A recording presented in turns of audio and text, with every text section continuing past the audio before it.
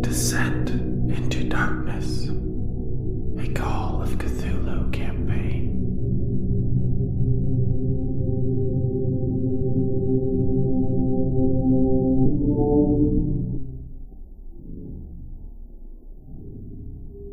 Hello, and welcome back to Descent into Darkness Season 3, our ongoing Call of Cthulhu campaign. I am Travis, and I will be your keeper. In the last session, we dealt primarily with the fallout surrounding the killing of Bertrand Merriweather. Meanwhile, Mr. Whitmire prepares to surround himself with hard cases, as you've just learned that someone has put a hit on you. Also, the indomitable Dr. Andrews continues to suffer beneath the curse of the De Vermis Mysterious. But before we return to all that, let us first have an introduction from our investigators. Hi, I'm Chris. I'm playing Detective Jack Glover, currently on suspension for possibly 2 homicides now. No thanks to Justin. I'm Brandon, playing Dr. Wallace Andrews, currently afflicted by a terrible curse. I'm Justin, playing Lance Monroe, who is on the verge of slipping into insanity.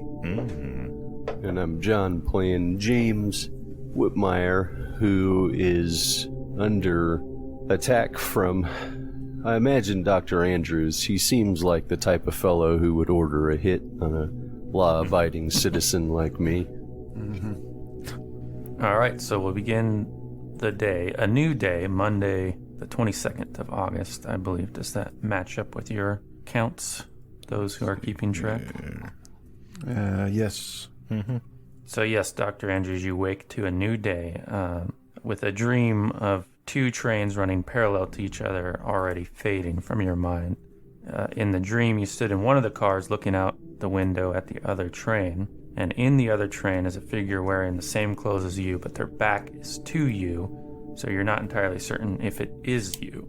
However, you have some dread about this figure, non-specific dream dread, and just as they are about to turn, you wake up, and you have it only for a few moments, and then you pretty much can't remember it at all. Now, but you do have that dread from the dream still. That's the last thing to go, and it's replaced immediately by the dread from the curse. And you're kind of getting this sense now that you've been under it for a couple of days that this might have a cumulative power over you, in the sense that you're basically more depressed than you were the day before as a result of this curse, that dim, fatalistic view, these thoughts that enter your head against your best desires are getting worse, darker in a way. But anyhow, your plan for today had been to review those research papers that you're supposed to do peer review for, but since you broke the Sabbath last night, you will not have to do that this morning. But we can get a medicine roll to see how your work proceeded for last night. Okay. Coming right up. Medicine. Booyah. Hard success. Hard success. So the first in your slate of papers is on bacteriological methods of water analysis used by the American Expeditionary Forces. And already in that day's worth of work, you think their methodology is a little suspect. Yeah, their methodology is trash. And you'll read the entire paper, but even at this stage, you're pretty sure you're not going to be able to recommend it for publication. Just not good science. Yeah, I'm not putting my name to this, I'll tell you that. But it's while you're skimming the work from previous night to ensure that you did have it all done, you're thinking about, because you remember yesterday you went to Father Singleton to give confession and maybe get some guidance about this situation. Yeah. And he had kind of asked you why you're even doing that in the first place, or so concerned with it. But nevertheless, he ended with the admonition that you should remember God the Father in your dealings with these things. And to give you some clarification on that, it goes along with the sermons he's been giving during Mass, which for Catholics is pretty short. They don't do a lot of sermonizing. Most of it's ritual. So it'd be like 5 to 10 minutes. He would get up and speak about something. But the theme he's been hitting on a lot is how a Catholic navigates the new technological world with all the scientific theories that are thrown up that seem to dispute what is in Scripture. Mm-hmm.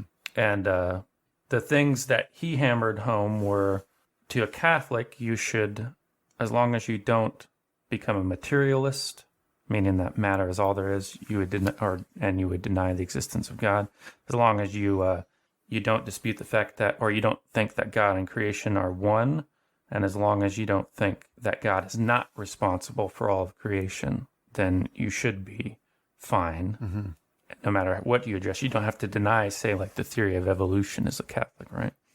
So you take that in conjunction with his admonition to remember God the Father, and you're wondering if this too is the will of God and is in his creation and not a part of it, as you'd kind of been thinking before. But that's just a little detail as Catholic Dr. Andrews to kind of frame it up for you as you're going forward.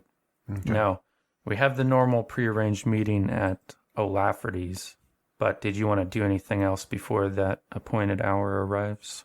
No. Okay. Nope. So we'll pause you there, and we'll see who else will make it to the Cafe of Destiny, because I'm not sure if everybody will this morning. So that'll bring us over to Detective Jack Glover. All right.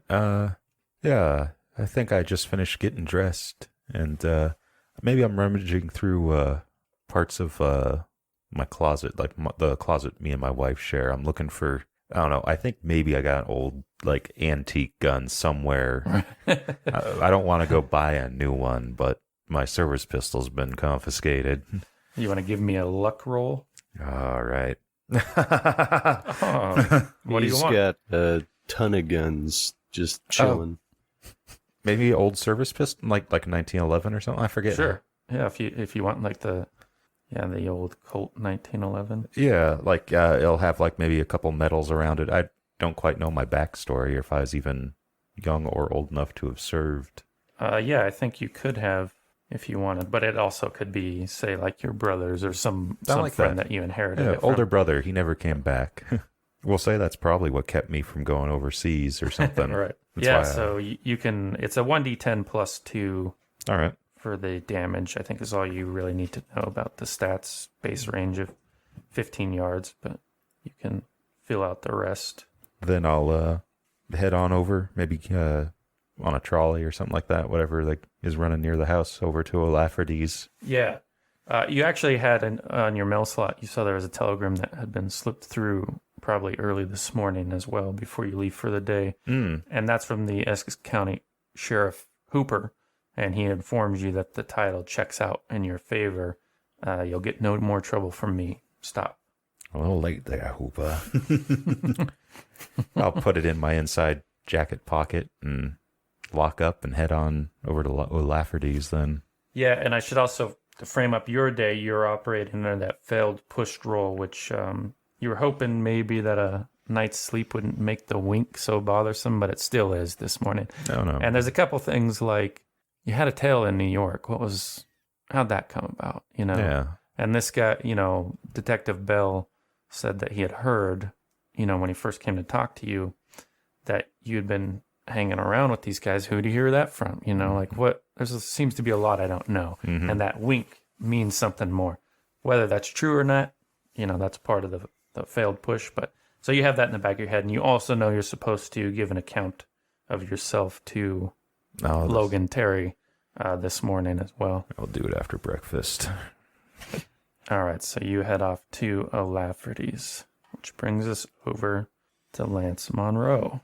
So you stayed up all night, scouring this book, unable to sleep because of your shaken reality. Yeah, I probably, fell asleep at my desk at some point and dozed there for a couple of hours, but... Yeah, so there's some improvement to your state of mind from those little naps you got in there. And you had been searching for charms or, ways of protecting yourself. Mm-hmm. And you find frustratingly that the De Vermis Mysterious is very much like the Liber Ivanus in that certain passages refer to other passages. And to even get a glimpse of the total sorts of protections and charms other than what you found that has to do with the ritual, you would have to complete the skim reading. That's like the meta term for it, which takes a few weeks in this case. So, Okay. finding a list of everything in there would take some time. You do, however, see a section, it's a subsection of the Saracenic Rituals chapter in which you found all the pertinent information regarding this entity that you're dealing with called Wards Against Lesser Spirits, in which there are a number of symbols that are supposed to act as wards, but unfortunately the author does not illuminate to which spirits they ward against or even what he means by lesser spirits. Okay. Yeah, if I like, are they just scrawled symbols of some sort? Yeah. So just in my paranoia, I'll copy them onto some note paper and keep it in my pocket. Yeah, there's like 24 of them. You have a pretty steady hand at that sort of thing because it's not too dissimilar from making arcane symbols from other occult writings. Yeah. But yeah, I thought you were going to start just writing Carve them them. all over your skin. Carve them deep. No, into the flesh. that's what like the next bout of insanity will cause me to do. But yeah, for now, just have them on a piece of paper, keep them tucked in my vest pocket so that I feel like I've got some sort of protection. And you also have a message that morning from your lawyer who says, what was your lawyer's name so I don't forget it? Fitzpatrick. He says that to stay in touch if you have to go speak with the police or anything, or if you're called into court, obviously, but also you should keep communications regarding the incident to a minimum. So, maybe just don't say anything is his advice. Okay. So is there anything else you want to do or just head on to O'Lafferty's? Nope. Once I've got my pocket full of charms, I will be ready for O'Lafferty's. Okay. Stop by my museum in the morning, make sure everything is ready for the day, and then head on up. All right, Mr. Whitmire, you've been hiding out in a hotel, waiting some guys that you work with in New York to arrive in Boston, and you did get message this morning, but it's not until just before noon that they arrive or are scheduled to arrive. Were you, because I know you messaged these guys and said you were going to be out of town, were you going to lay low through the normal breakfast meeting? Yes, as I am still unreachable out of town. Okay. So, like I said, it's a little before noon before one of your guys, kind of your right-hand man, his name is Robbie Orr. He's your most trustworthy fella. Most of the other ones, you wouldn't even really call them yours. They just, they're there for whatever the take's going to be, but they've been reliable and you have a good working relationship. But he knocks on your hotel door just before noon. I don't know, did they have peepholes back then? Yeah, I think so. So yeah, I'll like- check the peephole and make sure that it's someone that I recognize.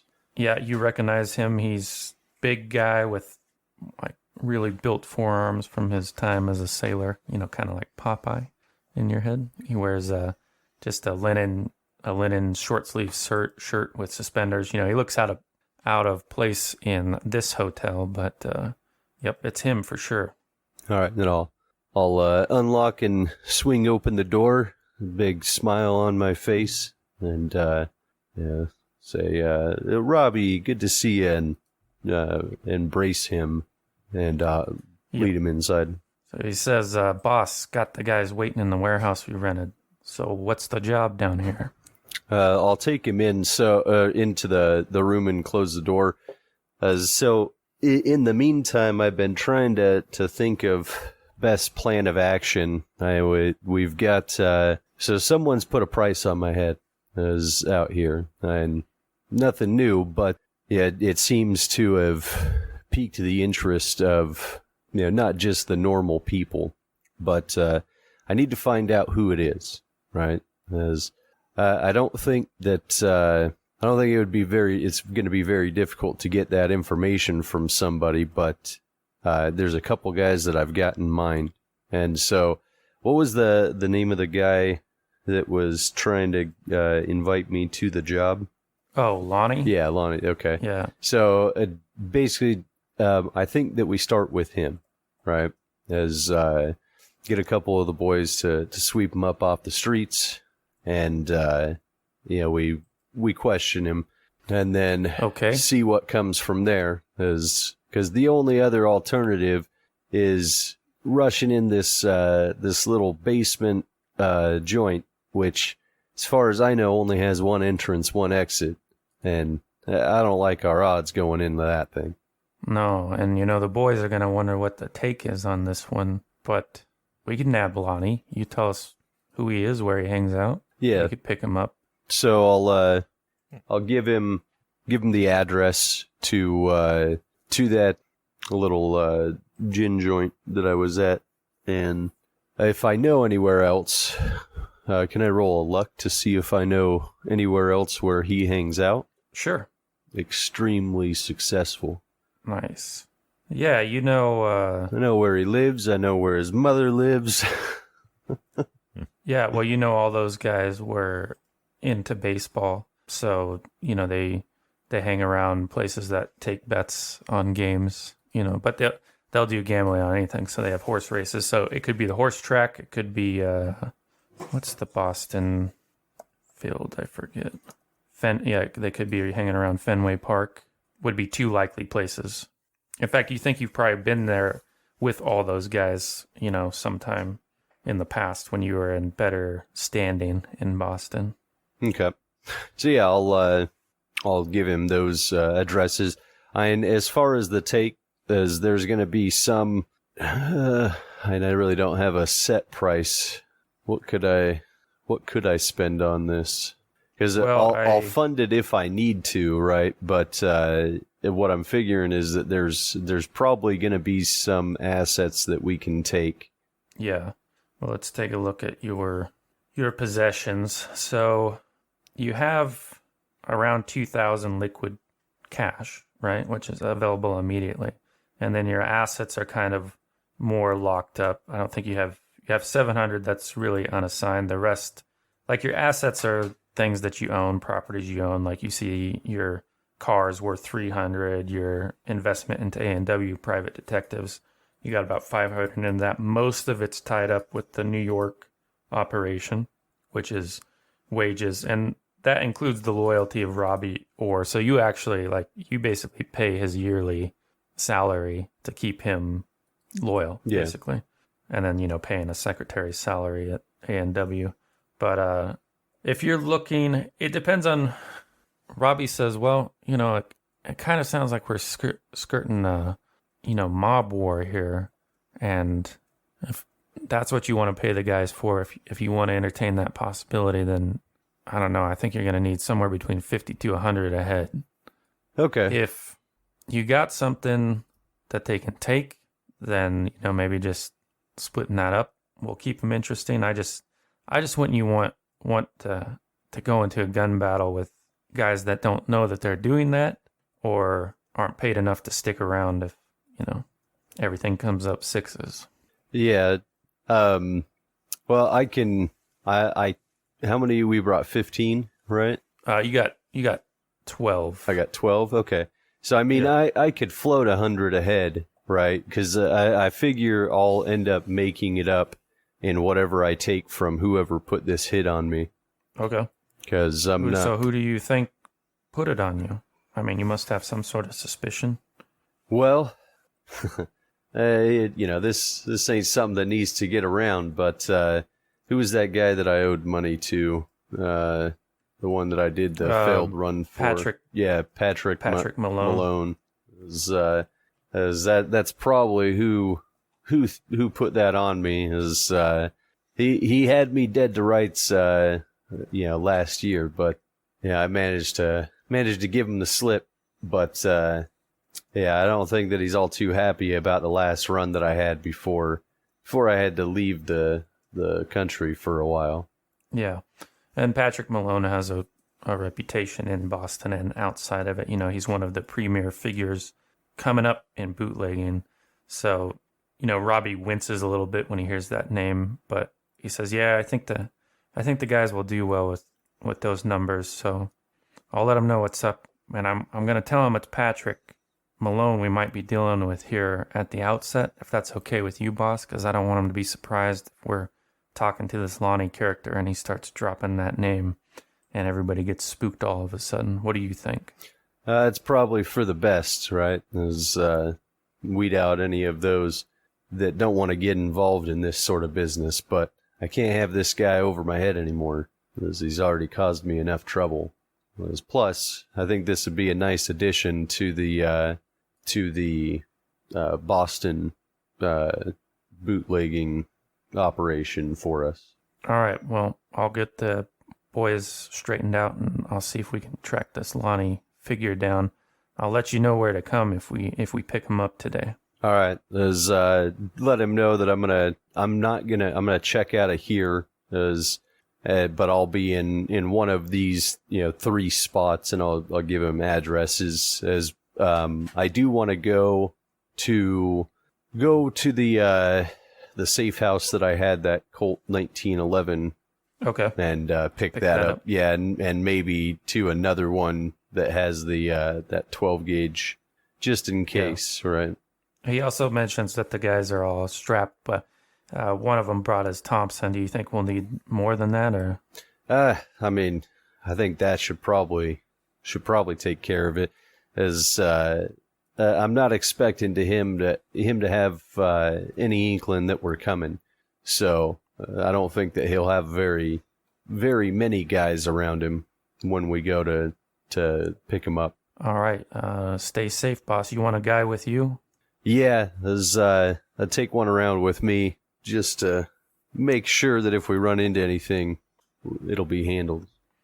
Well, Mo rode up here with me. I'll leave him waiting in the lobby for you when you need him, unless you want him to come up here. I can meet him down in the lobby, and I'll extend my hand and also tell him that if no, never mind. As I was gonna tell him about something else, but I think we're good.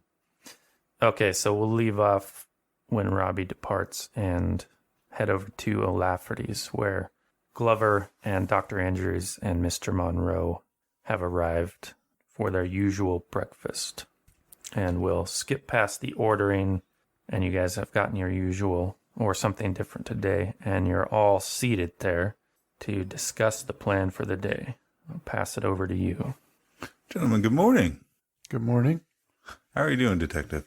Doing swell. I've got a date later today that I gotta go to, thanks to you. I wouldn't say thanks to me, but I understand. I'd say thanks to you, all right. We can't have this conversation here, so we're just gonna let it dead end. I But understand. I couldn't sleep last night due to everything. And, What happened? meeting with Burton and Merriweather didn't go too well. Didn't go as planned, that's for sure. Oh, dear. You wouldn't have happened to have known a man by the name of Larkin, would you? Yes. Oh, Yeah. excellent. You guys already know. So go for it, Monroe. Why don't you tell the poor doctor here? He's out of the loop. He's dead. So is Merriweather. I'll be puffing on my cigar and kind of nodding along. That's all my lawyer told me I should say. How did Merriweather die? Like I said, that's all I'm supposed to say. I can't say I'm sad Larkin is dead, but you've got lawyers involved. Yes. So it's pretty serious then. Yes. And the police seem to be asking some weird questions about the Dooley That's right. Before I forget. investigation. Sorry. I'll reach into my coat pocket and a telegram from the sheriff says that he won't bug us anymore. We can go into the property. It's fair and Oh. squarely yours. Wonderful. Yeah. Especially now that there's no one to contest it. Yeah, I guess Merriweather won't have anything to say about it. Yes. Unfortunately, didn't get any understanding of backstory of the property or anything else that I'd kind of hoped to get from him. Well, so what new things have we learned? Well, while everything was happening, I did go into a trance, and I witnessed the original covenant with these beings It was a little bit more complicated. There were a lot more human sacrifices involved. But some of the key pieces that I can take away from it were that there were amber objects, several of them, that housed these spirits. That's what was trapping them. Looking back at the journal from Meriwether Senior, it appears that one of those was originally in the little golden sarcophagus that we had, and that's what they used to summon it and try and bind it to. Obviously they failed, but that may be something that we need to find in order to actually be able to trap this thing. So, was it in the one that we inherited? Do we have it? No, it was not. The only thing we had in there were the Merwider Chronic. Yeah. And The journal. In the journal, yeah. That's an excellent story there, Monroe. Remember it if ever this goes to trial. Oh, I cannot forget it. You won't be spending a night in jail. Do we need more than one of them? No, it seemed as if each one was to a different entity. I see. Originally. I see. Well, I have not learned anything new from the book De Vermis Mysteris. And I'm not having a lot of luck translating it. Turns out my Latin isn't as good as I thought it was. Oh, how has the progress come on finding some Glund fluid for the incense that we need to make? Right, that's our next hiccup. I had Whitmire working on that, and then he sent me a telegram and said he was going to be out of town for an undisclosed amount of time. So I've got Dr. Call looking into it for us. Oh, good old Dr. So Call. we'll probably be able to acquire some under more legitimate methods. That's But always Dr. Call better does way. want to go out to the property with us today. Yeah, you're actually expecting him to arrive And any he moment. should be here any second. As a matter of fact, there he is. Yeah, and he's kind of puffing as he comes through the door, and he has like some hunting clothes on with some good boots. Right? It's like what am I trying to think of? Like when the rich lawyer goes on a hunting trip with his brand new, Yeah, they're pristine, and he also has like a Gladstone bag under one arm, but he comes in, he's red-faced and huffing, and he's like, apologies, gentlemen, for the wait. I got hung up this morning on procuring a shotgun. Many more options than I had imagined at first, but I think I have something, according to your specifications, that will serve us well if any rodents spring up from the earth. Not to worry. Go ahead and have a seat. And then Monroe and... I don't believe I've been introduced. I'll stand up and I'll extend my hand. Jack Lover. Doc Call. Pleasure to meet you. Yes. Well, any friend of Andrews and Monroe are friends of mine. I don't know if I'd say I'm quite a friend. I'll look at Monroe. But maybe one day. So... one thing I did discover is that unalloyed metal seems to be able to harm these beings, which is why I instructed Dr. Call to get a shotgun with a lead shot, just in case. I mean, it's the best I could come up with, if such a being actually exists on the property. So unalloyed metal and lead is, the first one that came to mind. But I seem to remember Corbett having an unalloyed metal dagger as well. that's I remember in real life. Corbett ring any bells, or is it name long forgotten? You could give, it's a little bit more esoteric, but it might have come up in casework you've looked over, so you go law. for law. Yeah. But perhaps we could find one of those as well. There's got to be some sort of shop around town that'll... I can talk to Lamar and see if he's can help us find one. He may already know where one is, but if not, then perhaps just a knife maker. Yeah, it's just got to be, bronze or copper. Yeah. Even I think Iron. I think not Meriwether. Corbett's was iron, right? Yeah. Yeah. So we'll just have to be very specific that we want iron, not steel.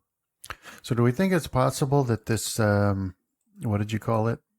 A gem or something? Yeah, it was a piece of amber with something embedded in it, right? In the vision. Yeah. Well, also in the description in Meriwether's journal is that inside this sarcophagus, when they first got it, or at least according to Allen, Marion Allen, the guy he was, or is it Bishop? I can't remember the last name. But anyhow, he said when they first got it, it had amber inside. You know how like in Jurassic Park they have the mosquito suspended in there? It had some sort of strange arthropod, which is anything from a crab to a spider to an ant, right? Mm-hmm. But it was an unspecified species was suspended inside. So it's not. It would be, if you're thinking you need something with which to put it back in, it could also just be amber. You know, you don't know. It doesn't really specify that you need something with a strange creature in it to begin with. But that's just what was there when they did it. But do we think that we need that exact one, or that another one will work? If we could find the exact one, that would probably be preferable. But if it has been lost to time, then whatever we can find may be what we have to go with. Well, perhaps it's lost on the property somewhere. We could find it while we're out there. That is a possibility, although I am a little bit hesitant to actually enter the property. Same. Yeah, you know, I think another curiosity too was in the vision of Nephron Ka, of his meeting with this entity when he first got that container it was in with which Akla was written on it. There were 10 of these pieces. Oh, there were right? 10? Right, Okay. and he was able to summon the one, but then the other ones were closed off to him, and he never figured out how to commune with them. Okay. He became obsessed with the shining trapezohedron from that point. Okay. At least they're murky when you go to think of them again, you know? Yeah. So, yeah, I'll mention that, each of them seem to be separated, and then if you commune with one, then the others are cut off. I'll be watching Cole during their conversation. He's like, what? Arthropod? So, you're buying all this gobbledygook? Oh, yes. I understand that being, relatively new acquaintances of these men, that you might be suspicious or I'm suspicious, all right. skeptical, but I tell you, these men, they understand truth, and the truth leads where it will. Mm. And speaking of Dr. Cole, have you had any progress on obtaining some cerebrospinal fluid? No, but I have reached out. I think I could get us a cadaver. It might cost us a little bit of money. Mm-hmm. There always is a wait list for these sorts of things, but we could jump ahead with the proper application of U.S. dollars. Yeah, let's do that. Let's make it happen. Okay, what's your spending level these days, Brandon? Like $100 or something? Ridiculous. 250? 250.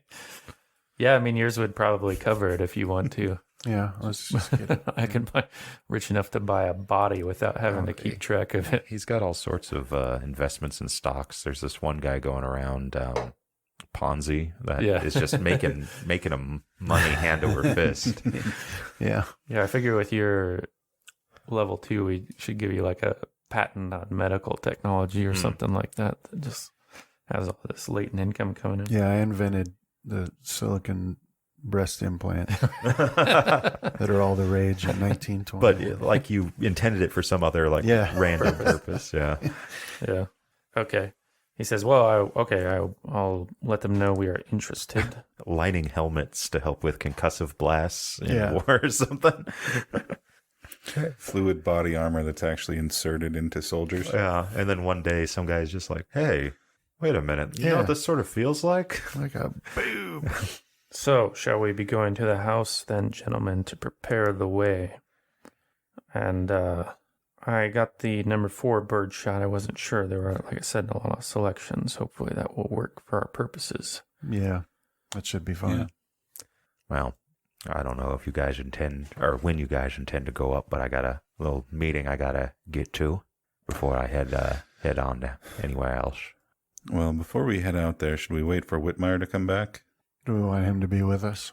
I don't know when he'll be back. Does he just take off into the wind like this regularly? It isn't Every the first once in time. a while, yeah. I don't believe he's ever came through the front door at the lodge hall. He's always just there. Yes, and yeah, same with my museum. He occasionally just walks out of the back room and Yeah, your surprises secretary me. was telling me about that. Nice girl. She is. You don't pay her enough. She no. puts up with you. But one thing that we need to talk about, Monroe, is that I have to rid myself of this book. Well, The curse is real, and it's only a matter of time. I can feel it when I wake up. It's like a cloud ready to I'm trying to remember burst open right above me. exactly where I remember hearing it or reading it. But there was something about putting those artifacts in a gold lined chest of some sort. Yeah, you were kind of doing some deduction based off of how it was kept. Yeah.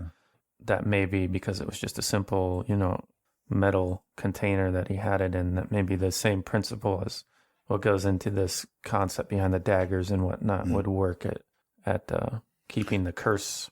But it also could just be that he left it there and never interacted with it again. Yeah. And the sarcophagus thing that the murderer Is gold, yeah. Okay. Yeah, I'll suggest we put both of the copies in there until we need to make use of them. Well, I don't think they'd fit in that, would they? You could fit them in there. It had one big book and then several, Yeah, and then like the a journal and a some other key stuff, and yeah. whatnot. All Yeah. right. Yeah, let's do that. Yeah, you could fit 2 books in there. Yeah, so do one of you guys have the sarcophagus on you, or is it back at the... That since I'm done studying it, it's probably back at my museum. Okay, But yeah, I'll say that's we the can, plan going forward. Yeah, we can head back there and stop by Lamar's on the way back and see if he can. Excellent. Meet sometime around noon to head on out there. That sounds wonderful. All right. I'll put down a tip and stand up, straighten my coat. Nice to meet you, Mr. Glover. Hopefully, we'll be seeing each other late at night. Yes. Monroe, I want to talk with you for a second. Follow me. All right, fair enough. As we're walking, I'm going to be talking, and I will apologize. I understand that what happened the other night was not ideal. And I truly do apologize for you getting dragged into our mess, although I believe that as soon as you undertook Meriwether's suggestion to join us on this, that you were bound to be dragged into something deeper than you were prepared for. I guess you could say that again. You're going to have to tell me how you do that, though, one of these days, because normally I dismiss 90% of what you say, but for some reason, you said that, and it just felt like it was the best thing in the world to do. I want to know how you do that one of these days, but before I go, I got something else. You were spacing out, and Larkin, he was on the way out, Yes. and he looked at me and he said something to me, and he told me to tell you. Oh. So I'm going to do that, and I'm going to go talk to the cops here. And he said that the stars are almost right. First comes the prophet, then something about chaos. Let's see. Then comes the crawling chaos, I think, and then something like that. Makes no sense to me, but I'm sure you probably know about it. Don't put the whammy on me again. And then I'll walk on off. All right. The stars are almost right. First comes the prophet, and then comes the crawling chaos. Yeah. All right. And then I'll head on off to the Okay. police station, give my statement. All right. Well, we will follow you over there. Yeah, so you're well familiar with all the police stations, the precincts in Boston. Then you head to the one downtown, which is where you usually meet with the reps and other people that have to deal with the police but aren't the police themselves. And, you come in and you're asking around where Terry is and whatnot. And they say he's in his office. He's in there with the rep. They've been waiting for you. All right. Good luck, Jack. Give him hell. Thank you. But yeah, so you walk into Terry's office and he's sitting there behind his desk. He has, like a big, heavy oak desk, and he's got papers in little filing trays on it. And so across from the desk is sitting another fella who is your rep. Goes by the name of Mr. Stewart. Yeah, so this is kind of like when you get in trouble and you need a liaison between you and the police department, then this is the guy that acts that way, you know. I take it I might know this guy too. Yeah, same you one. do. You as cops, you usually like these guys because they're squarely in your corner. You know, they don't investigate police themselves. They're just here to defend you, make sure you get due process, right? Because sometimes a cop will end up on the outs with the rest of the force, and you know they just get steamrolled by the rest of the police. But yeah, so yeah, you know, Yeah, I'll walk in through the door and I'll take my hat off and I'll, like, Sergeant, Mr. Stewart.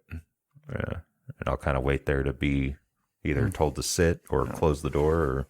go ahead and have a seat, Glover. Jesus, Joseph, and Mary. Jesus, Joseph, and Mary. What kind of trouble you keep finding yourself in? You know, we'll have 50 some odd murders this year, all told, around. So far, you got 2 of those. And now they might be justified killings. I'm not saying that's not the case. I think they are. I've known you a long time. This is Terry, by the way. Mm-hmm. I figured. Yeah. So anyhow, have a seat. We've been talking. We got an idea. I'm not sure if you'll like the sound of it, but it might be a simple solution. You want something to drink? Sure. I'm off the clock, I guess. Yeah. So he pulls out a little decanter just between me and you, huh? Yeah, mom's the word. He offers some up to Stewart as well, and he partakes, and he's like, so, Merriweather, there's going to be a lot of questions. You know, in fact, I knew his father. I had dinner with his mom and his father, and when we're done here, I'm going to have to drive out to Arkham and tell her what happened, and that's going to be a tough conversation. So this is a little different than, you know, this ain't like sneaking a smoke from your grandfather's pipe. You know, it's a little more complicated. So what I was talking with the rep here, and I'm not saying this is what you should do, but it is going to keep, some of the questions will dry up if it plays out this way, but it's entirely your call. But I know a lot of contacts in New Orleans, New York, California. You resign. You know, we put together a nice statement that doesn't acknowledge any guilt, that talks about the pursuit of truth and justice, so on, so forth. And then, you know, I put you in touch with the people I know, and one of those places is your choice, and you're back on your feet before you know it. About the pension, I'm not so sure. Maybe we'll be able to work it out. I know you've been going on a while here, which does make this option a problem, but I just want to put it out there for you to consider. Now, I know that might feel like backing down, and I'm not pushing one way or the other, so it's entirely in your court what you want to do on this, Jack.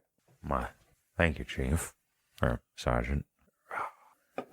I'd have to have a nice long talk with the wife on any sort of movement. Retirement doesn't sound too bad right now, though, if I'm being honest. When do you want an answer? You got some time. The hearing's not till, when is that set up for, Stuart? And he gives you a date. It's not until like February is when you're supposed to have your hearing on this. So you got plenty of time to think it over. Given this new shooting, or not even a shooting, this beatdown, I guess. Well, it was a shooting and a beatdown. I'm gonna have to. I don't know if we'll be able to get you off suspension before then. You know, they might not want to see you back on the streets until all this goes quiet. So you got some time to think it over, and yeah, of course, talk it over with your wife. And I just want to reiterate, I'm not saying this is the way it has to go. We would miss you here, but darn wink in the back of your head, you know. And Terry's always been a hard read, so, you know. Just warms the cockles of my heart, Sergeant. I'll keep that in mind. Well, Stuart is going to have some more paperwork for you to fill out. I don't think he's quite ready for that yet, so I don't have anything else for you. Just keep my nose clean, right? Yes. All right. That's the long and short of it. I'll be working on that. Yeah. Try not to kill anybody else between now and lunch, huh? Sure thing, Sergeant.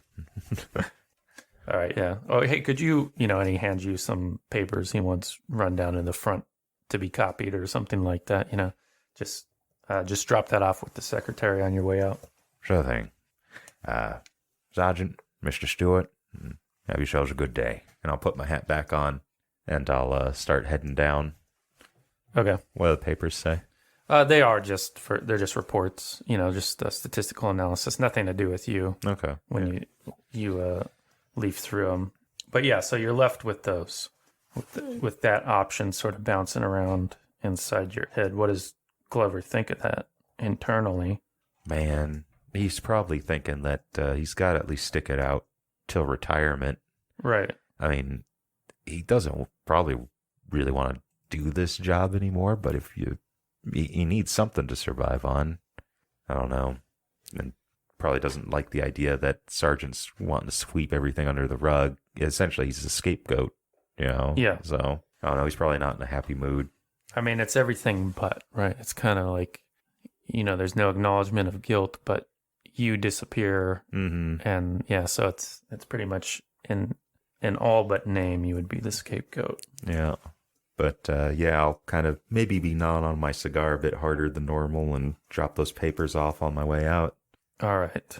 Okay, so we'll leave off Detective Glover considering the option he's been given and return to Lance Monroe, who you were at breakfast still with Dr. Andrews and Dr. Call when Glover left to go to an appointment he had. What were you guys going to do from that point? Are we going to chat a little bit more?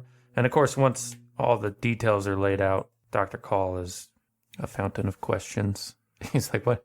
Because you mentioned some things, there are 10 of these. Seems the most salient detail that came to my mind.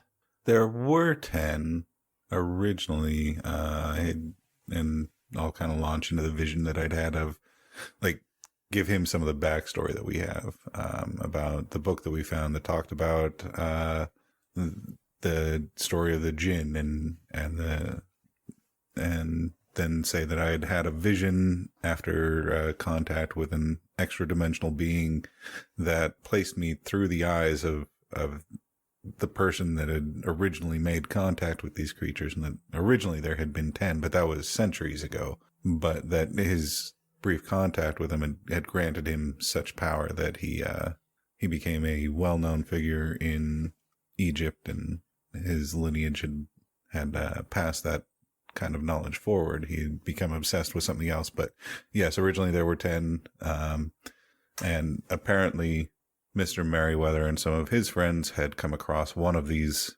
objects and had decided to try to summon it, and it went horribly wrong. I dare say this is the most remarkable thing you've said yet, Mr. Monroe, and that is truly saying something. Well, stick around. I'm sure there's more to come. And I gather he attempted this when he was a much younger man, because the Merriweather I knew was cautious and reserved to a fault. Yes, and unfortunately, it seemed as if one of his friends had been the one to drive this attempt, but yes, he was one of the few that had survived the initial contact and was the last one still alive up until his recent Yeah, what was the name death. again? I'm only picking this up by osmosis as you guys talk about it. I haven't yet been granted access to all the relevant information. And there, of course, is the unspoken request to see all documents. And Test him to see if he's a lizard person. Well, didn't you already win? I think he handed it because he had the clipping, so you Yeah. guys all said it or something like that. Yeah. But I'll invite him to come along as we head to Lamar's and then back to my shop to drop off the books into the sarcophagus. And so, we'll speak as we walk. And Make preparations for trip out. yeah, And will you be coming along to this Lamar's with us, Dr. Andrews? Yes. Very good. Well, look, my hand trembles a bit. This is very exciting. well, I must state that if you are at all concerned about your well-being, that you stop now. The last group that attempted to bind this creature, this entity, are all dead now. Many of which died immediately, and this thing has apparently killed many people since. So I must caution you and tell you that Yes, certain death is a possibility. Well, Possible death is a certainty.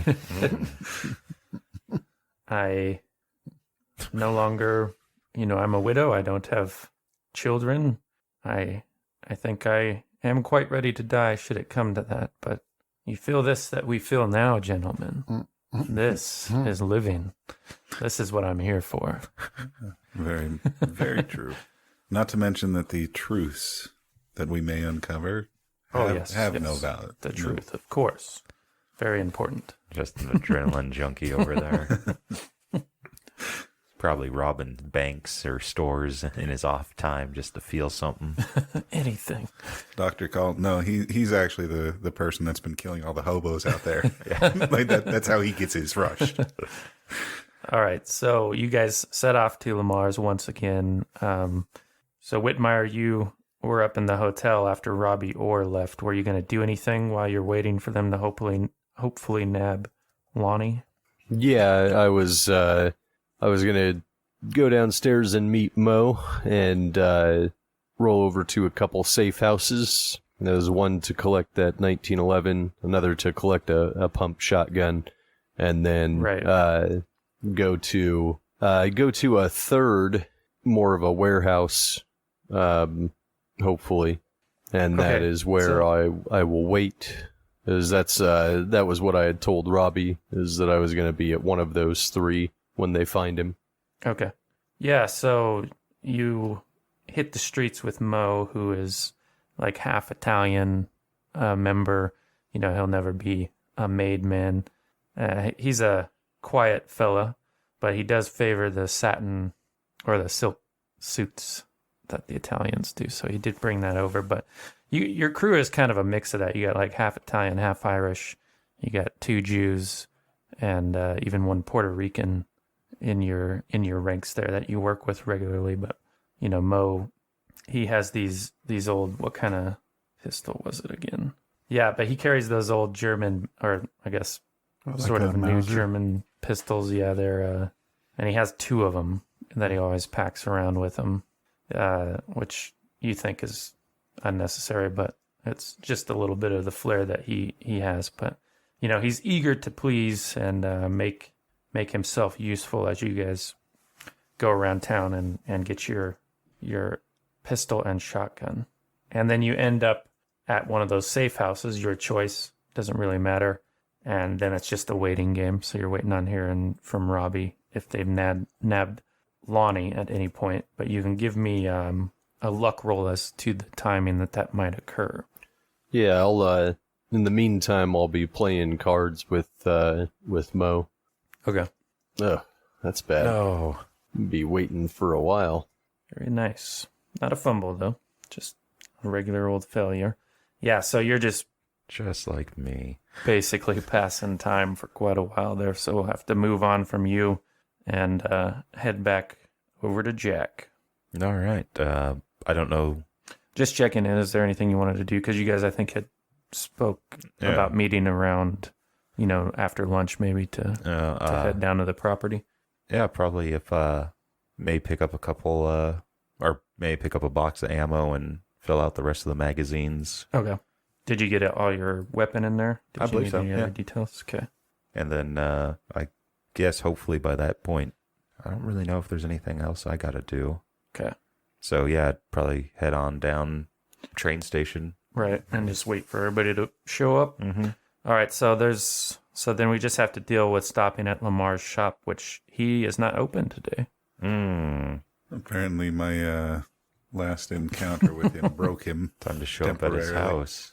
So yeah, I'll kind of talk to Dr. Andrew and say, well, apparently Lamar is under the weather. He had been acting a little bit strange after the last time I had stopped by. I'm not sure why, but perhaps we just need to go to a knife maker to see if we can find what we need.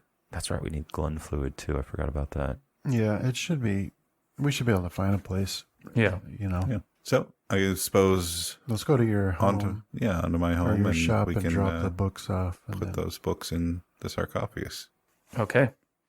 So you store those away in the gold sarcophagus, and you don't notice any lessening of this effect that you feel, but it could be how just because you spit something bad out of your mouth doesn't mean the taste still lingers. Right. It's hard to tell.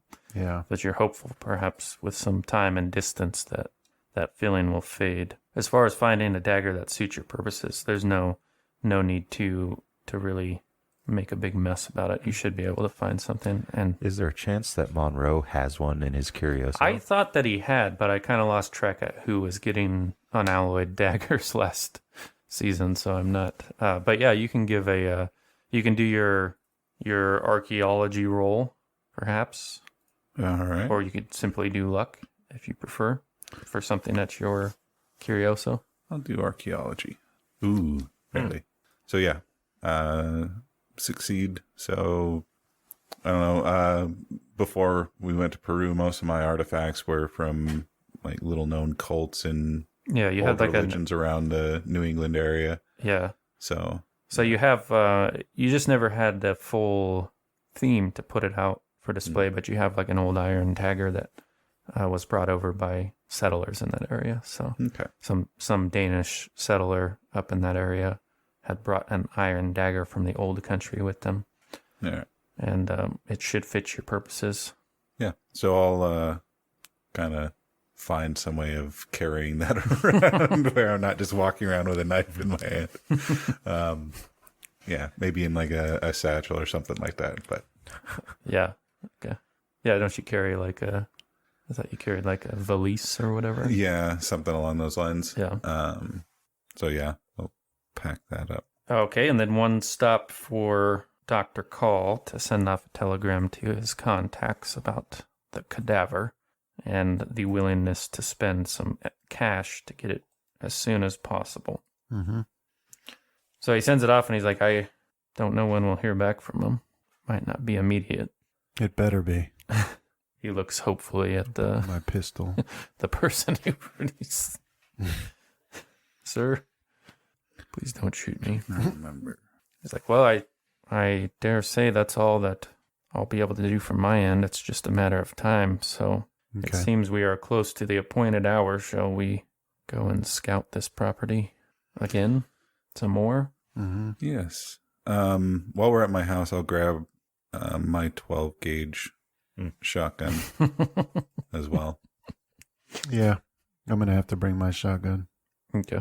Do any of you guys have vehicles, or was it just Whitmire that was usually? That's Yeah. fine. You can hire a car, Yeah. car service, or just take cabs. I mean, Just not go gonna and ask what's in your hotwire my bags. car. I don't even think we need to hotwire it in this it's era. just crank it up and Honestly, go. I would be terrified that if we went to go get your car, you would just pop out of the trunk. Like that Asian guy from The Hangover. Yeah. Yeah. He does sleep in some strange places when he feels he's When under threat. when the need takes. Okay, so to get to Ross's Corner, you guys can take a train up to Arkham, and then they have a bus that runs twice a day out to Ross's Corner. One that comes in at 10 and then one that leaves at 6. So you guys would, if you're going to take the bus, you wouldn't be able to get there until the one that heads out to pick people up from 6. Alternatively, when you get to Arkham, you could try to secure a car there and drive down on your own. Yeah, let's drive down on our own in case we need Sounds to make good. a quick getaway. Yeah.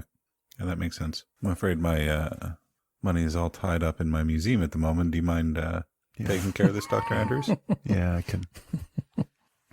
Thank you. I appreciate it. Yeah. Good man. Good man. Once again, car rental will be absorbed into your enormous wealth.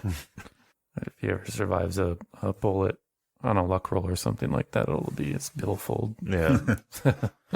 All this money wadded together.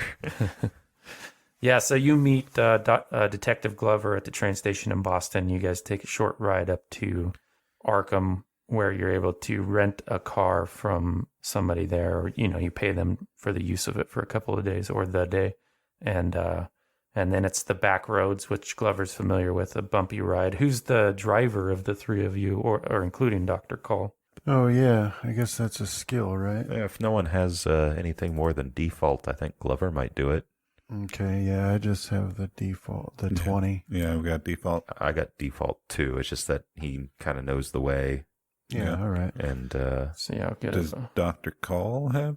he has drive auto at 55. yeah, Oh, give yeah, it to him. yeah, he's driving. Oh, yeah, I did want to mention to Glover about Larkin's drug usage, just in case that needs to be brought up during the investigation of any kind. That while we were dealing with him, we found out that he was a prolific drug user and and could call into question what he was doing with Merriweather when we showed up. Well, if I'm being honest, Monroe, it doesn't much matter when she pulls a gun on us. Very true. But I'll keep it in mind. Thank you. All right, so Dr. Call gets behind the wheel and you guys set off to Ross's corner, and he's always like, when I got my first vehicle, I fancied being a race car driver, but I'm too old for that sort of thing. But I do go out and drive quite often. The wife, bless her, when she was alive, loved an afternoon drive. So, feel at ease, gentlemen. Oh, that adrenaline junkie at the wheel. Never mind there are no seatbelts. Never mind that the glass will shatter and cut us to ribbons. If we get in a wreck, never mind that the steering column will punch through me. And God forbid we hit a deer at high speed, flinging it through the front windshield, impaling us upon its massive antlers. Such thrilling adventures await us on this road. All right. Speaking of which, that bad feeling, Dr. Andrews, will you give me a luck roll? All right, so it being 1921, it was probably a Model T that we rented. Yeah, something to that effect. Well, there's my luck failure. Hey, John, I shared Dr. Edward Call with you. Would you like to make his rolls? Yeah, I can do that. Let me open it up. Sort of a different layout because that's the NPC layout, but... All right. First things first, he's got to test out this shotgun Yeah, you got the Winchester while driving. M1912 with the number 4 bird shot in it. Top speed of 42 miles per hour. Yeah, he's not going that fast because it's a pretty windy road with potholes. But at some point, I like to call the style of driving drifting. Do you think it'll catch on? who's the front seat passenger? Well, yeah, I guess I'd be up there. Okay, yeah, you're kind of looking out just over at the countryside. This is new for you, and there's a brief moment where you just see that front passenger side wheel just kind of go away from the car before the car goes. You're not too far from Ross's Corners where this happens. In fact, you went over a hill and you saw some of the buildings off in the distance. But yeah, so, it's not too, there's just a split second where you watch it sort of peacefully roll off and down into a ditch. Hey, there goes our tire. Before the car suddenly off balance. So, John, if you could, as Dr. Edward Call, give me his drive auto roll. Let's see how he handles the sudden loss of a wheel. Well, I warned him. I said, I don't hey, there goes our see. wheel. Oh, no, So I got if it you here. look, you just click on the, yep. Oh, he did want to be a race Well, car driver. he's got to push Yeah, it. no problem. He just pulls us up onto the left 2 tires and continues on. No problem. He makes some quick move, that puts him. This sort of extreme driving was an art of my people back in the day.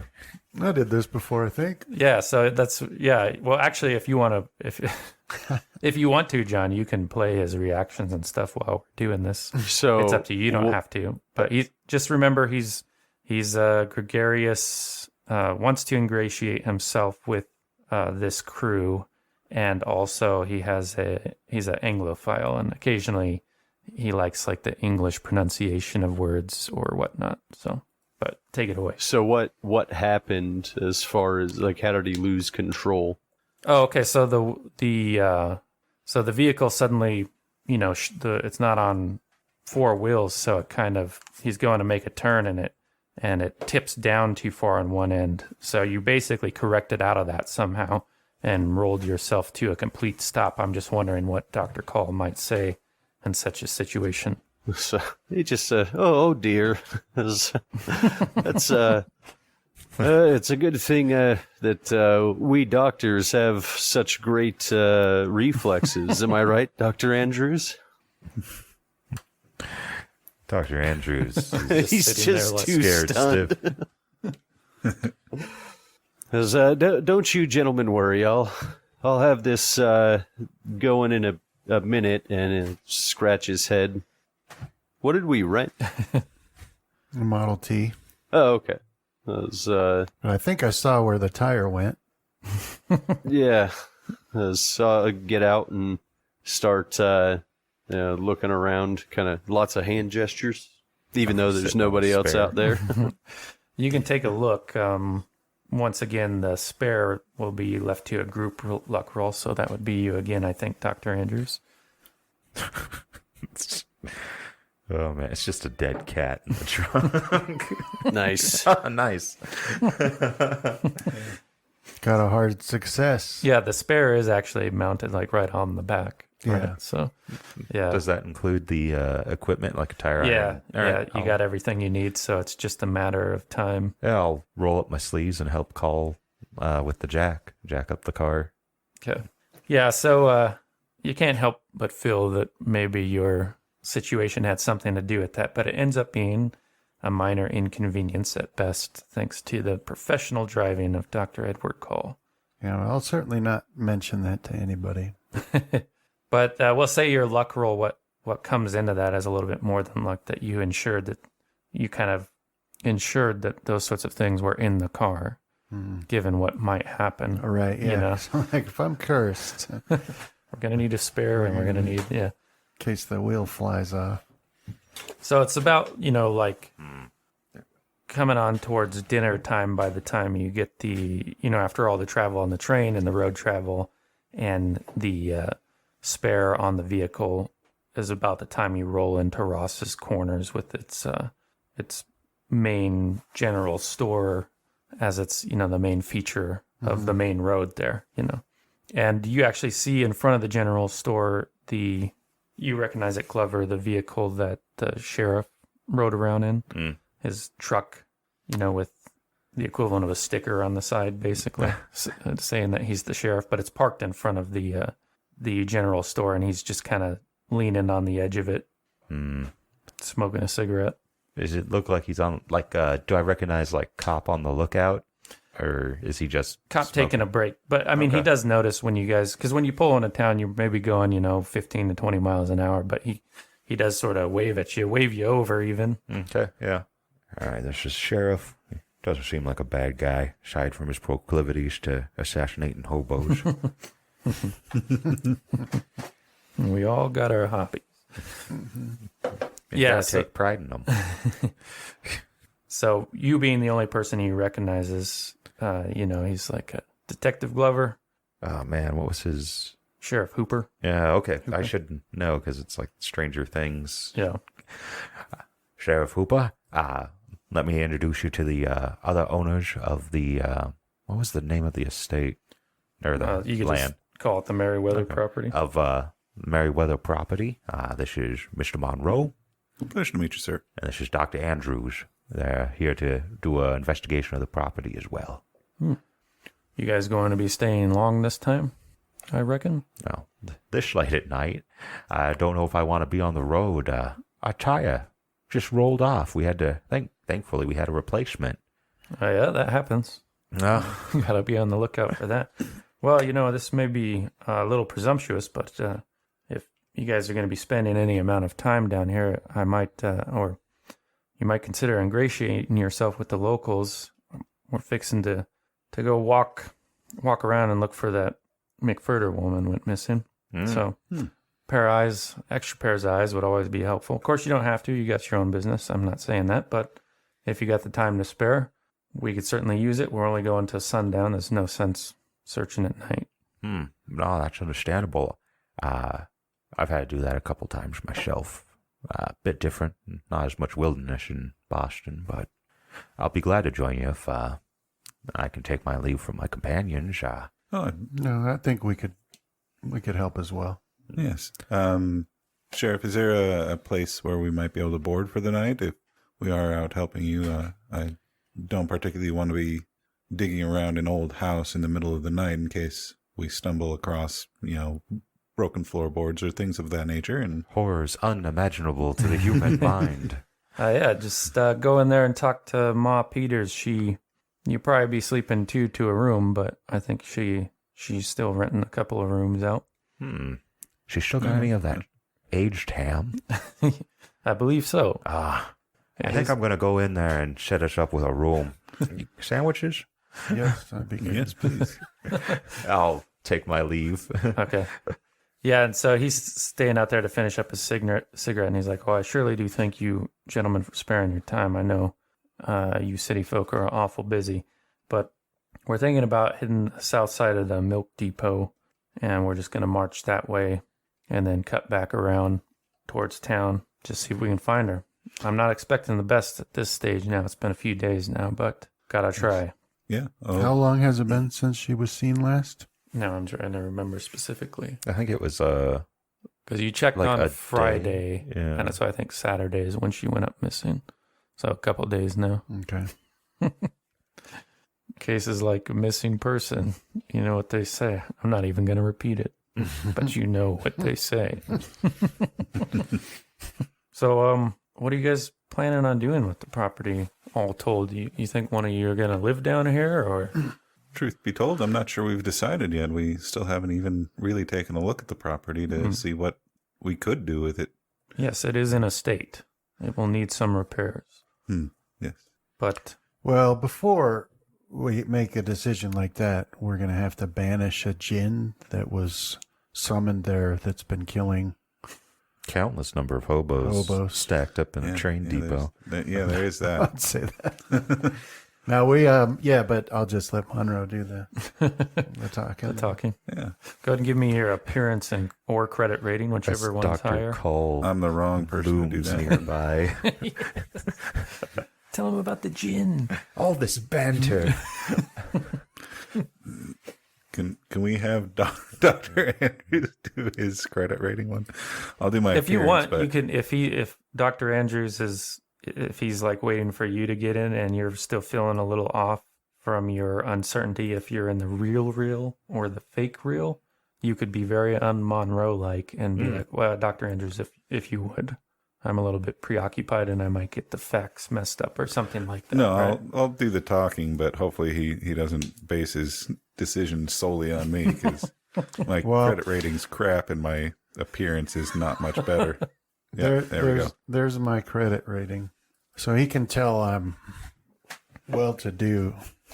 And I'll pull out a wad of money and shake it in his face. I think that's kind of a good back in my point. pocket. Is that like luck rolls would go to the lowest common denominator, but I think like credit ratings would go to the highest, and it would almost be like how everyone in like various fantasy books think that the person who they think is rich is the person in charge, and everyone else is like servants. It's the same with the attractive people. Like the ugly ones don't exist. You're the one in charge. Well, he tried not to talk to Monroe. He kept trying to, when he was asking these questions, they were more directed towards you. Yeah. But, Monroe's doing the talking, so his attention is constantly drawn back to Monroe. And at some point, you feel like he's not listening anymore, which you're used to. And he's all like, "Golly, that is a suit you got there, mister." Ah, yes. Yeah, it's all part of my business in the city, and I'll pull out my flyer. I'll hand it to him. I say, Wait a minute. I found one of these the other day. It was in my wall. But yeah, I'll kind of play up my museum. I saw this in the general store there. Yes. I was wondering where that came from.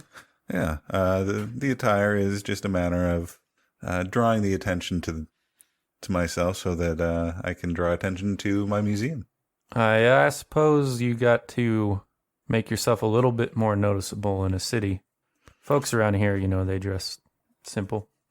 Yes. Don't want to fall to vanity, But I never seen anybody wear anything like that. You are unlikely to meet another outside of a circus, but living in Boston, it is a circus there, and I hope to one day Be the ringmaster. not necessarily be the ringmaster, but to draw some attention through my attire to my business. Well, after I finish up my smoke, you can follow me down to where we'll start searching. It's a little rough at points. You sure you don't want to change out of that fancy suit? I'm afraid I hadn't brought anything else with me, so Oh, well, I'm sure. if you have an extra pair of boots that I might be able to borrow or purchase, then If it's that should be good enough for me. good enough for Peruvian pyramids, it's good enough for. Sheriff Hooper, is there dangerous wildlife in the area we'll be searching? Not that I would worry about. Not with the group of people out there. You know, there's bears coming down every now and then, but they'll probably leave us alone since we'll be whooping and hollering. And Okay, well then in that case I'll just leave the shotgun in the car, okay, but I'll have my pistol in my jacket. right. So Oh, and my machete. about the boots, he's like, yeah, I think we're pretty matched in size. I got some old ones if you want those. And he pulls out from his pickup like a dusty set of cowboy boots, basically worn down at the heel, which somehow makes your suit even more ridiculous once you put them on. Yeah. But I'll thank him and say I'll be sure to return these at the end of the night. Oh yeah, you don't worry about it. We take care of our own around here, so. Well, and we are now part of your own as we begin to move into this new place. So it is my pleasure to have a chance to spend some time with the people of Ross's Corner. What's your credit? Your your cash level? There we go, Glover. Was it possessions? Yes, $10. that should absorb the room and board for a night if you wanted to take it. Yeah, so yeah, I'll walk in, get some Was the cowboy boots on his suit? It's refreshing to play someone so sane. I remember when he was palling around last time, I'd forgot what his sanity was, and we had some sanity rolls, and he just tanked them all. Yeah. No problem. But yeah, I'll go in there. I'll greet what was her name? Were we calling her Phyllis? Mrs. Peters. Mrs. Peters. She didn't give you a first name back then. The sheriff called her Ma Peters. All right. So Mrs. Peters, good to see you again. Oh, I'll go over and this ham couldn't keep me away. And I'll buy some ham and all that, and my companions will be hoping that the sheriff said that you had some place we could board for the night. yeah, I have a couple of rooms. How many are there? 4. It might be a little more tight than you're used to, but I think you could manage.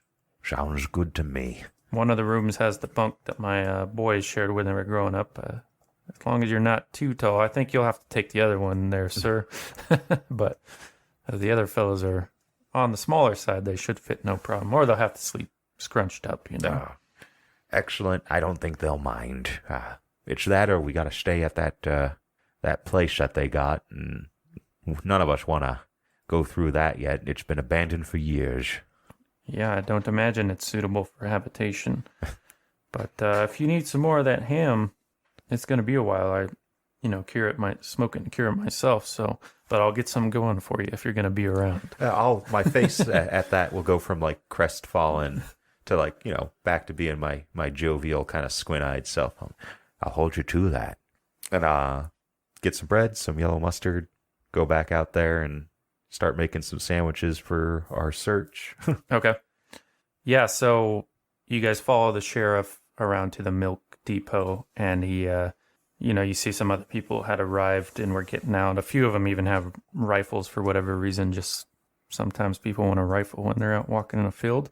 But so you're all gathered there, maybe with, you think, a good percentage of the town's population, which is not a lot. And Sheriff Hooper, once everybody's assembled there, he gets out and he's like, so here's what we're going to do. We're going to, march due south till we hit that ridge line, and then we'll circle back. Everybody's spread out now, like you're hunting, just make sure you don't lose sight of the guy to the left and right of you, and hopefully we'll find her. We will find her. He says, he kind of modifies that when he sees the husband of the McFurter woman, kind of, he's all wide-eyed, sort of 1,000-yard staring everywhere. But, all right, let's get to it. Is this like any like wetland area, or is it all dry? It's all dry for the most part, but you can get into some marshes. Their little section of Massachusetts, though, is on a drier part. Okay. Yeah, as I'll hopefully be in the dry part. I'll try to keep up as best I can with my lamp. Yeah, it's mostly brush and forest that you'll have to get through. It can get thick in spots. All right. So you guys spread off there. You see, people, they start in a group and they widen out to this big line. And soon enough, you guys really only see, whoever's to the right or the left of you. So let's get a luck roll from everybody in this party. Extreme success. Oh, dang. Dr. Call's Dr. on Call today. is definitely a me character, is all I've rolled so far is extreme successes. Damn near critical success. Okay, Dr. Andrews. So you had Glover off to your left, and one of the town's people who live in this town, a stranger to you, off to your right, and you just see them as a figure. And you guys had gone on up until you got to this ridge, and then you cut to make a circle back around. And it's at that point where you're at the ridge, the light, you think in your estimation just enough to complete the circle, make it back to where you guys were parked, and that would complete the search. So at this stage, the figures, because the sun's down enough that they kind of just look gray, nondescript. I mean, you can make out Detective Glover because he's taller than most fellows, even though he hunches a bit. But, he's off to your left. But give me a spot hidden when you cast off to your right. Everybody's hollering, McFurter. Yeah. Maggie. I was going to ask, though, before I do this, if I can see the silvery lines Around people? around people. Yeah, and yourself. Yeah, so I'm wondering if, there's any cases where I see those but not the person, Oh, okay. if that makes sense. Like, Yeah, if it's rising up into infinity right. or not. Yeah, it's easy. Like, so if you lose sight of somebody, Yeah. there's a way you can kind of mark them that way. Yeah. Yeah, okay. Yeah. All right, spot hidden, Yeah. hard success. Okay. So you guys were by this ridge, and the ridge is forested, and those trees come down a ways into the flatter part. And you'll see that person, pass behind a tree, disappear from sight for a minute. But it's kind of when you're looking up at those silvery lines, you're kind of testing out that thought of yours. You see it when he disappears. But when you look up to the tops of the trees above him, you see him kind of like lean down a little bit, but you can't see the force that is exerting pressure on it. But right above that guy over there, the trees are kind of almost like an invisible hand has settled on them. It's pushing them. Pushing them down, yeah. Okay. Yeah, there's no mistaking it for anything other than unnatural when you see it, right? Yeah, You can't imagine what natural physical law would cause that. Yeah, and it's a specific group of trees. Yeah. So I'll shout to Glover. I don't want to go over there by myself, Right. but I'll say, Glover, because none of these other, I don't see Monroe or Dr. I mean, you could try to shout for him, but they Monroe would be to the left again of Glover, so he's kind of out of sight most of the time for you. And then Dr. Calls, you haven't seen him since you guys split up and got to the forested part. Yeah, I'll just call to Glover then, and I'll wave him over and I'll angle in towards those trees. Yeah, so There's something weird about these trees. Glover, you want to give a spot hidden roll? Let's take a look over here. Failed this last time. The trees were acting funny. Oh, barely see it this time.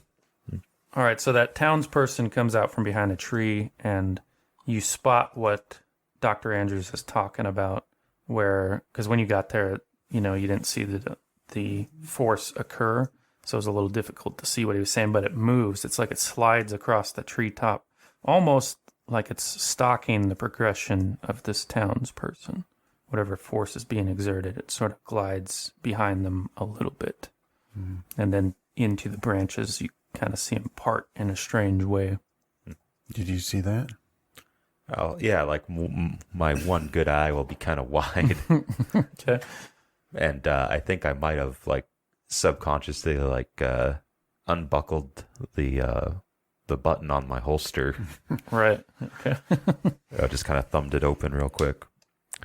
But I'll take my cigar from my mouth and kind of scratch my head.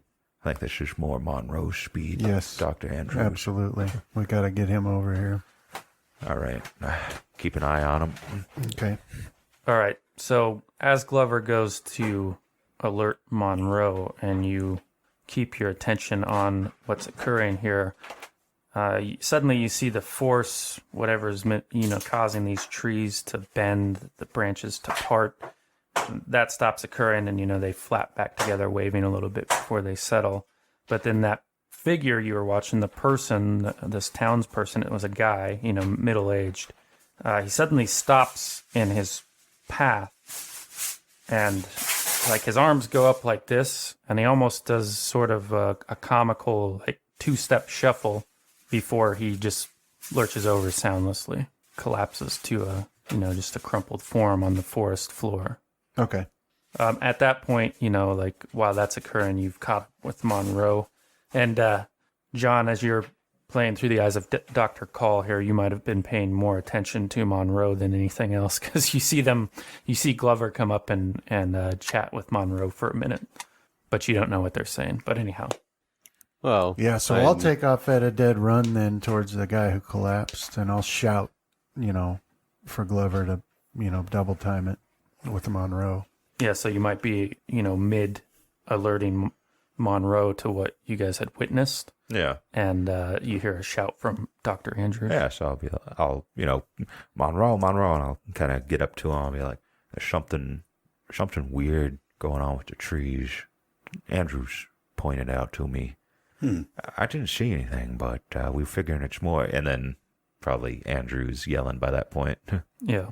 There's something strange in the neighborhood. well, That's why we're here. That's what you yell? with him yelling, and I'll go up to Monroe and Glover and ask if did they find her? Well, that doesn't seem to be what Andrews is yelling about. What did you yell? Can I make out what he's actually yelling? I just yelled for Glover to hurry up. Right.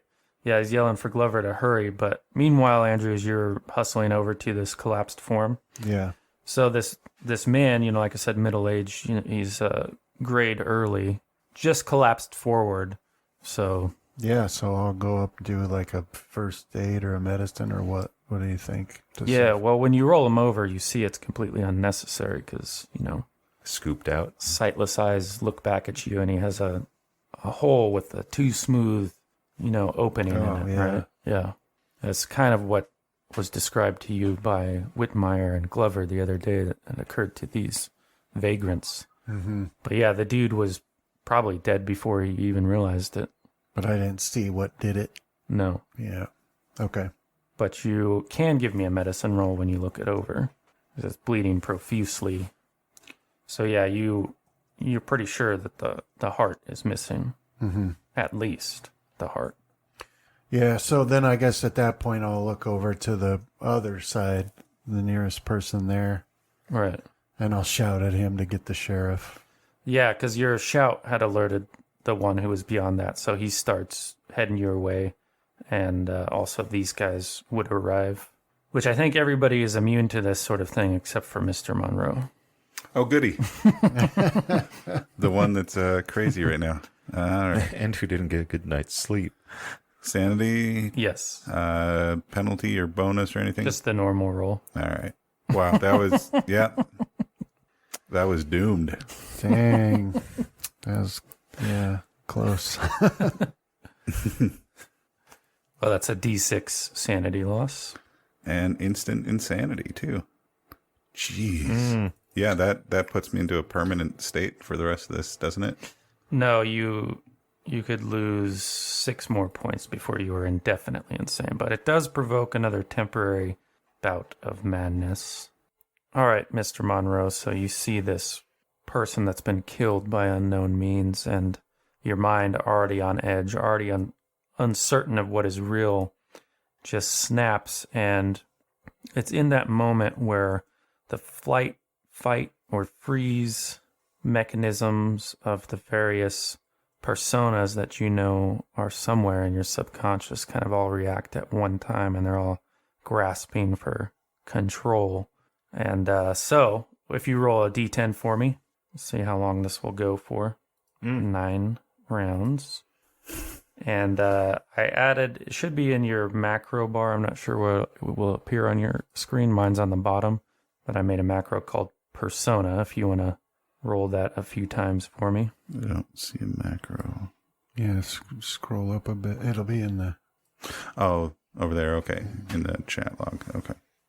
So that one. Yeah, hit it 3 times. We're going to see who's able to grab a hold. Is anything happening? No. Are we just about to witness the rise of the Black Pharaoh again? I see Hopefully. a persona table. Is that who? Is that what you'd want to read? Or Well, roll? you can roll from the table if you want. I was just trying to make it nice and pretty in the macro. Or I can roll it from my macro, which evidently didn't work if you'd like. I can just roll from the persona table. Yeah, go for it. 1, 2, 3. Roll again for that last one. We're not going to have double the James Whitmire. Bertrand. All right. Nice. Okay. Right.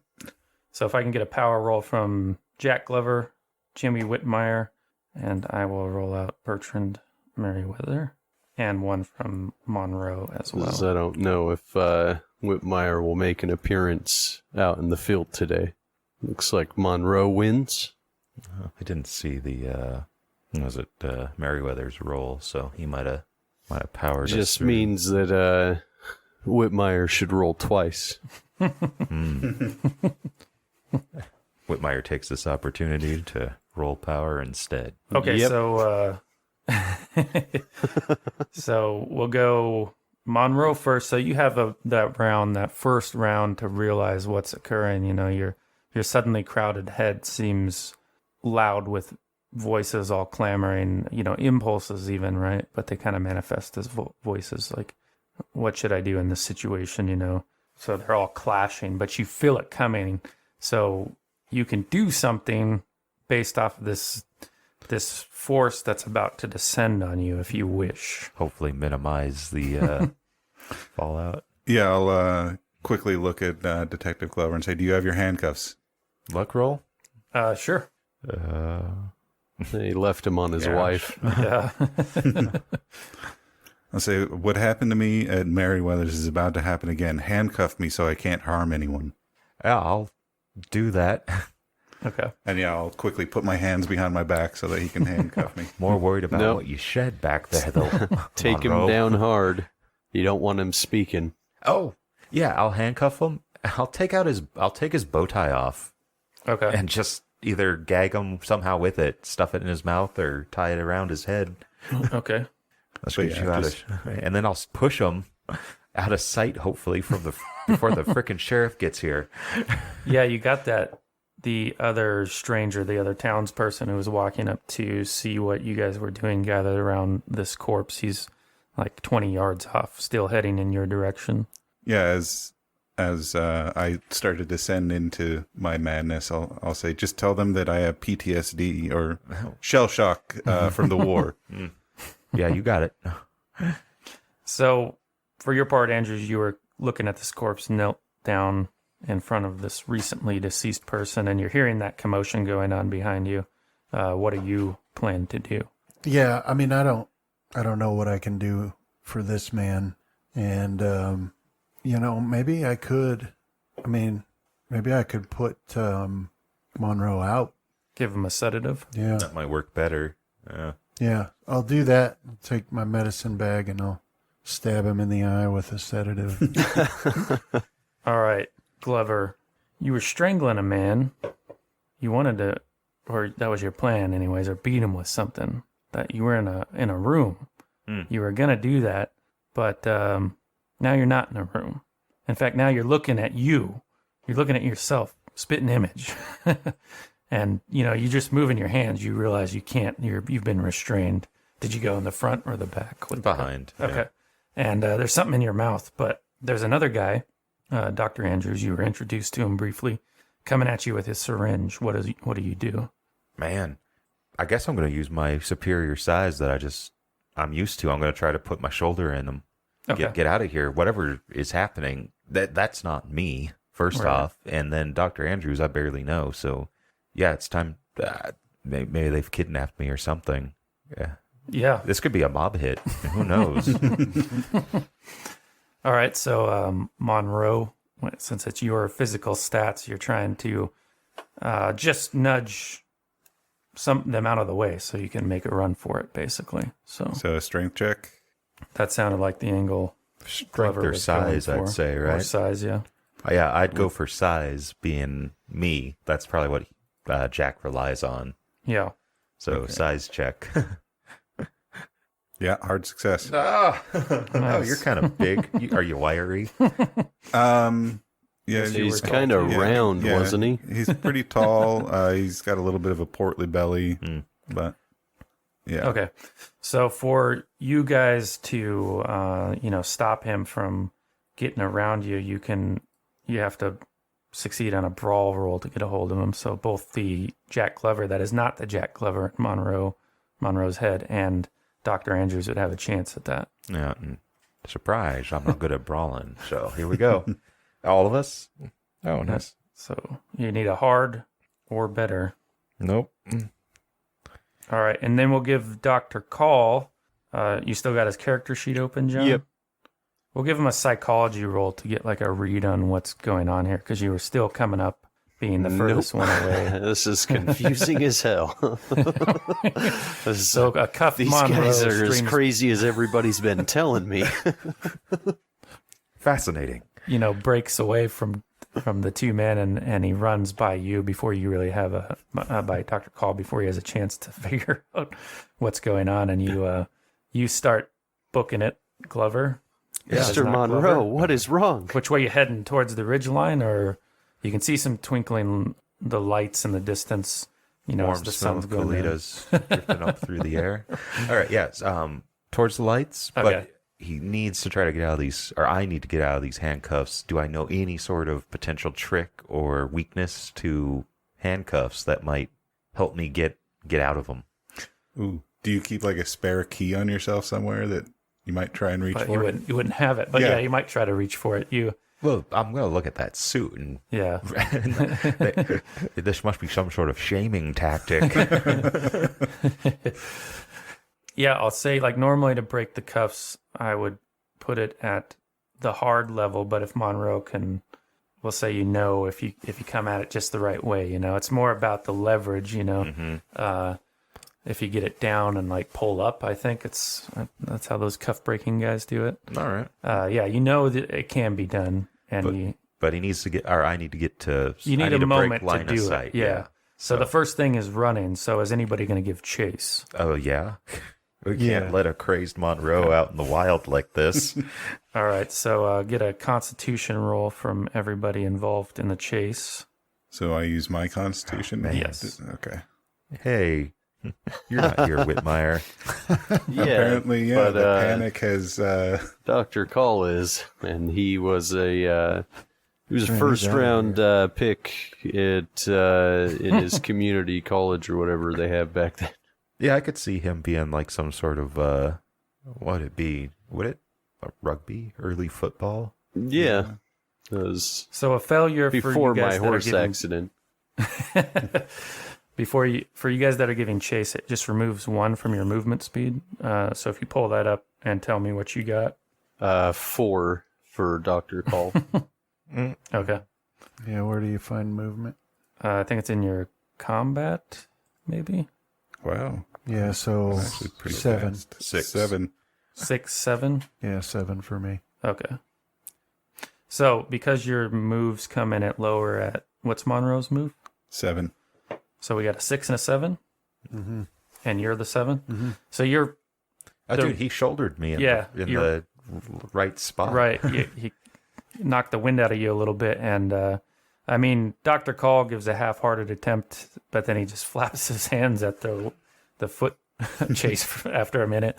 And yeah, you're kind of gassed, and Monroe's taken off like a streak. But Andrews manages to keep up behind him. So It's probably all that coke Andrews does. He's still got the syringe in his hand, just wildly chasing me through Really the wants to forest. give this shot. Take your medicine. Yeah. all right, so he's broke for the tree line, like out of the tree line that you guys were in, towards Yeah. some lights in the distance.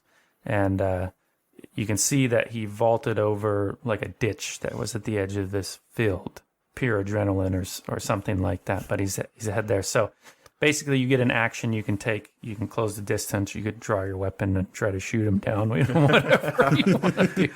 Dude, But, this is a perfect opportunity for us to rid ourselves of them. Yeah.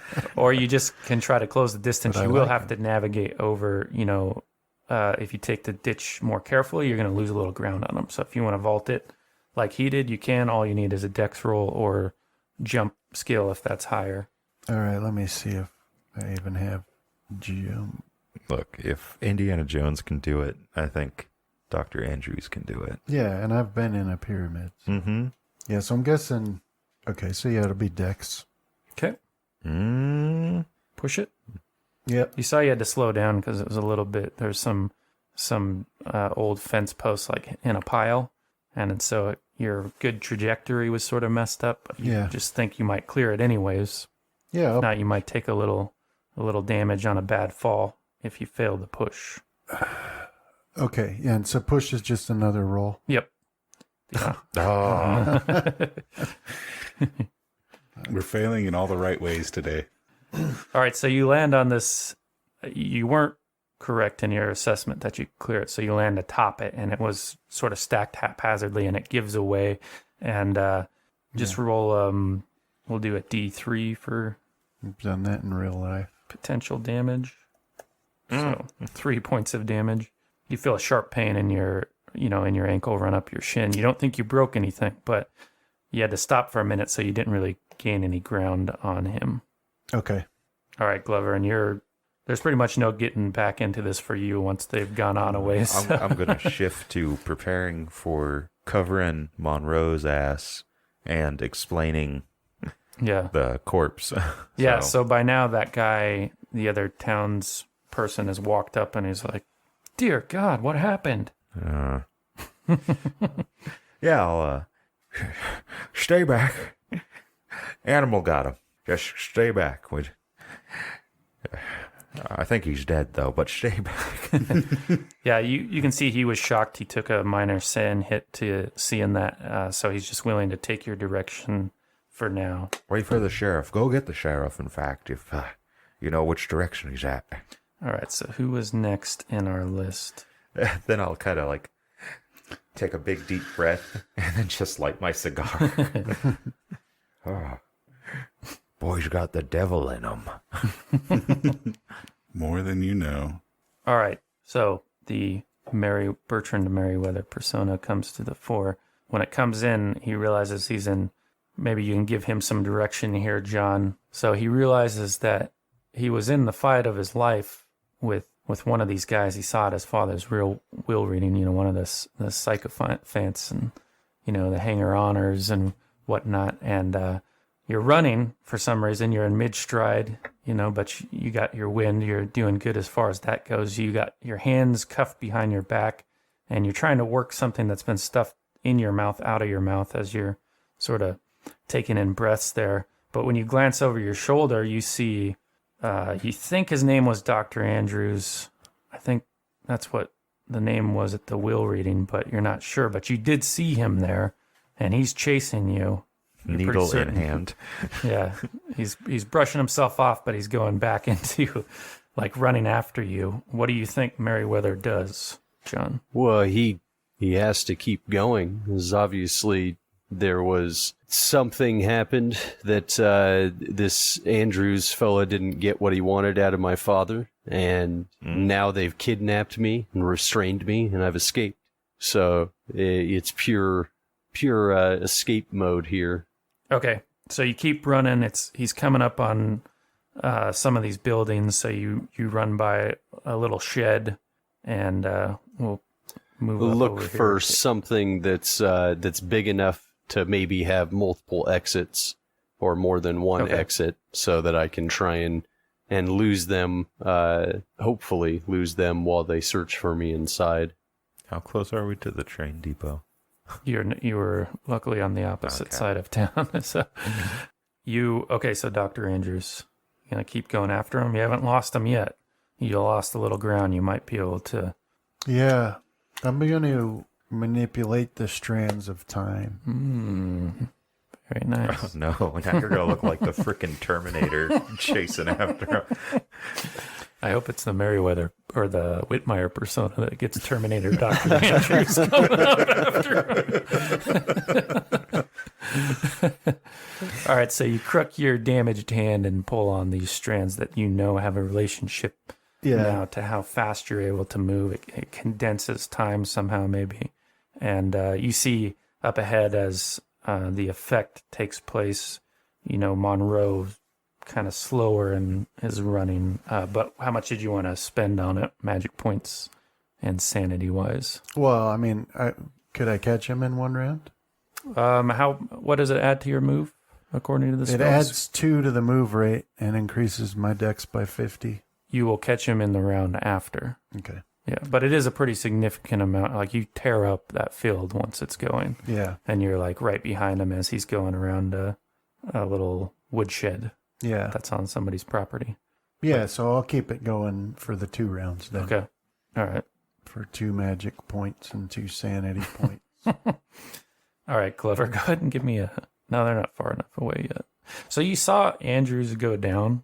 You can just file this away for Glover's personal information, but when he gets up, he's like, he's on... I'm picturing him in like white dress shirt with like a vest and maybe a hat. Yeah.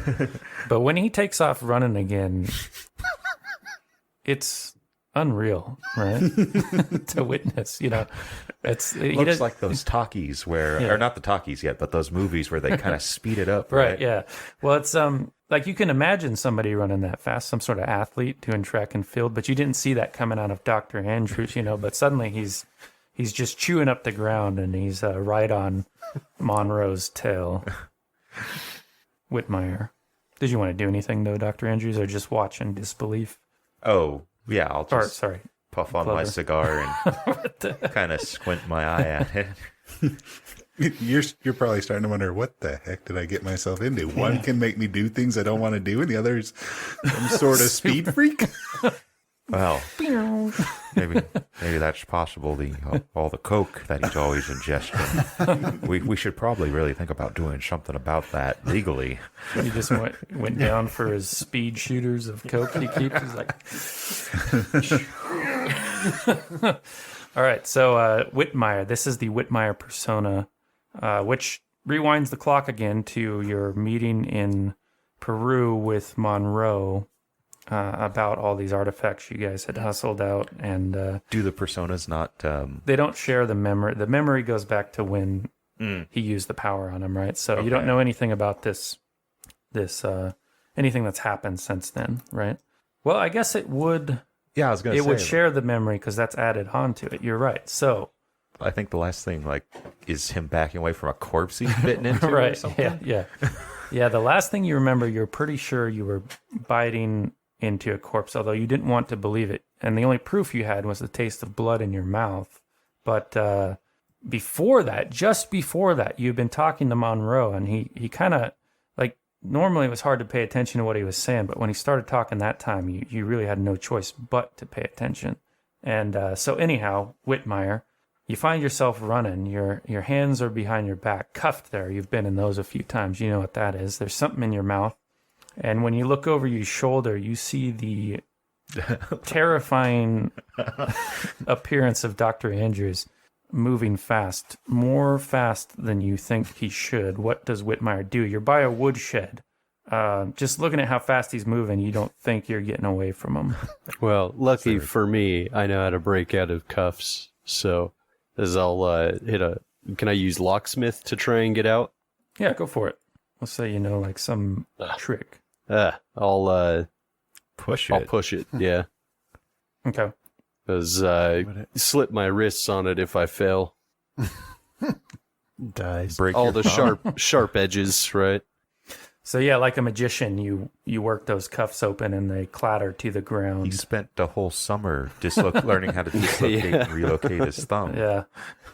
All right. So now that I I'm don't out think of you do that cuffs with my hands. and I can Oh, that's the fun part. and I can actually move, I'll crash into this shed and try and barricade myself. I'm not sure what I did to Andrews, but the fact that he's after me like that, I figure he probably knows that for whatever I don't know, reason what I bit into. I guess you don't even know Oh, Dr. Andrews, okay. so it Yeah. would just be a Just this strange- guy with a syringe. Yeah. And a desiccated arm. Yeah. It was, whatever it is, put something between me and it. Yeah. Well, you guys had, there had been an attempt on one of your party's life in the hotel. Oh, And this is you didn't get the probably another details, but they- kidnapping. They had weird, physical deformities or something. So, maybe that's one of these guys that's coming after you now. Somehow they just run very fast. But yeah, you get in there and you can start. With the time you have, you don't have another action, so you can't actually barricade it, but you could try Brace to it. brace the door from the inside. Yeah, with myself. 'Cause that's what I'll end up doing. Give myself Okay. a minute to think. All right, Dr. Andrews, you saw him go into the woodshed, and Okay. he closed the door. And what are you going to do? You're right there now. Go through the wall. No. All right. So, is there just the one door? Yeah. Okay. So then I Well, want you can give me a luck roll that maybe there's another one. Should Monroe give the luck roll, actually? Oh, he got it. I like the idea that Whitmire goes in, braces against the door, and Andrews just walks through the back. No, it isn't a back door. It's like they have a window on one side on the east side, so they can catch the morning light. I mean, you could get in that way. It's not as easy as opening a door, but it is another opening. So, yeah, if he's gone in there and there isn't other ways out, I don't need to chase him. So really, I look around for something to, maybe put through the handle out You're gonna bar him in there, until it passes, right? right? Yeah, Yeah, yeah. That's pretty smart that's thinking. better than trying to fight him. Yeah, you see, there's a stump with the axe sitting in it. Yeah, You so can just put that handle through, and through the door, try to keep him from coming out. Okay. then but I'll be like, I'm trying to help you, but I'll block him in there, and then at that point I would just look around to see if anybody's looking.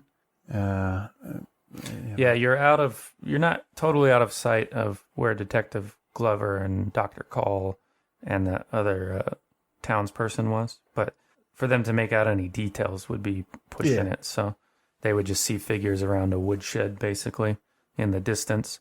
Which, speaking of Detective Glover, so you have caught your breath by now. You do see Dr. Andrews has stopped before a woodshed some ways distant from you. All right. And Dr. Call's like, should we go over there? I don't. That's quite a walk, and I'm sorely pressed from this as it is. No, we're going to have to stay here and explain to the sheriff what happened. Well, what did happen? I'm just going to go with the story that it must have been an animal attack. Because I didn't see anything. Did you? No. Well, There you take go. a look. So he kneels to look Oh, at yeah, the that's body, right. too. And he's like, Oh, yeah. That's what I'll say. Why don't you tell me, doctor? Man looks like he was hit with a big spear or something. The wound is almost perfectly smooth. That's very unusual. So he just kind of starts mumbling to himself about what he's seeing, no heart. Yeah, so on and so forth. All right. Getting through it so far, Lance. All right, so your persona struggles back to the surface, and you're in a woodshed with your shoulder against the door. Your hands are free now. There's something in your mouth still, and you can kind of see through the slats of the woodshed. You see Dr. Andrews, out there just keeping an eye on the door. Yeah, I'll call out to him. I don't know how long this will last. The last time I lost consciousness several times. I don't know what's going on. They're Just surfing keep me in here. Don't let me near anyone. Yeah, Monroe, I was trying to sedate you, but we couldn't catch you. Do I have time to like throw open the door? Just hold out an arm. Yeah. You tried to throw open the door, but it's been barred from the other side, right? Okay. Yeah, I'll say, yes, sedate me. Sedate me. You know, open the door and jab him in the face with a needle. Okay. Really? Like right in the cheek? No, I'll give him the shot. Right. Jab him in the Okay, so you're both kind I'm of a holding your doctor. breath there once you plunge it in, and he's you're waiting too, like just please put me to sleep or something. Yeah, I'll say, I'm starting to fade. Thank you. But there is one more round before it takes effect, and the Jack Glover persona comes back to the fore. So you come back in, you feel the sting on your shoulder or wherever the needle went in, still the fading, lingering one, and this Dr. Andrews, who you have only, well, you've palled around with him for like a day, basically, kind of figured out what you were going to do about this, but yeah, so. All right. So, And you're in a woodshed. always Is there? Do I see any sort of physical indication that that change is taking place? probably You could see- give me a hard psychology roll. They're pretty subtle changes that occur to posture, things like that. maybe not so much with Glover because that eye Yeah. will squint. The eye squints and Yeah. shoulders stoop. So we'll just go with regular in that case.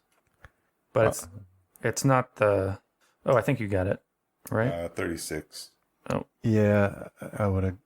It was 36. All right. You could get it with one luck. You can't spend it because of the Oh, curse. that's right. You can push it.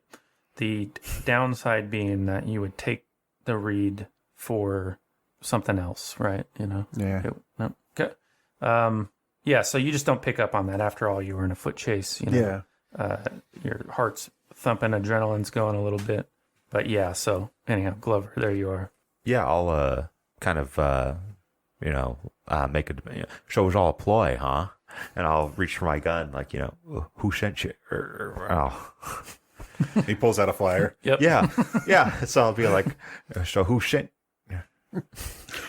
You're like, I'll just be holding up my hands, be like, no. I'm When he trying to talks, help. you do pick up the pattern of speech. I don't know if you'd necessarily be like, this is like Glover, because it's I want to still- hear Justin try it. Yeah. Come on. Oh, I don't think I would need to practice before I. Well, it's even better because Monroe really. It was all a ploy.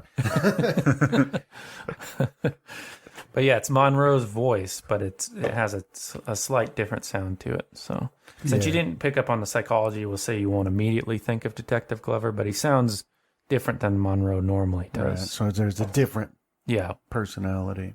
Be like, I'm just trying to help you. I don't mean you any harm. I'll squint at him. You're feeling the wooziness from the sedative start coming over you. Do I remember that I've been sedated or just the?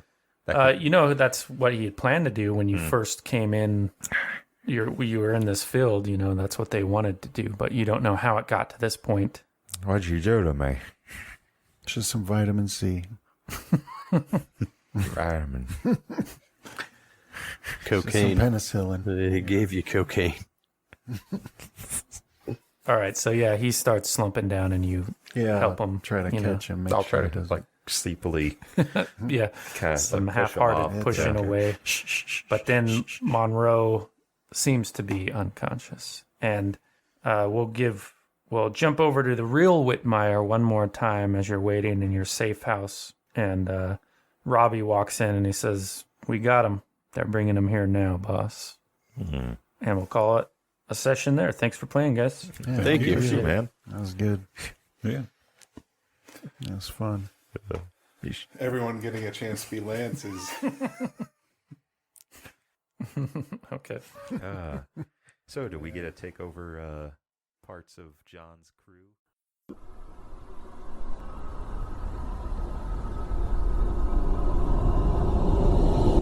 This has been a Deathwatch production. Thank you for listening.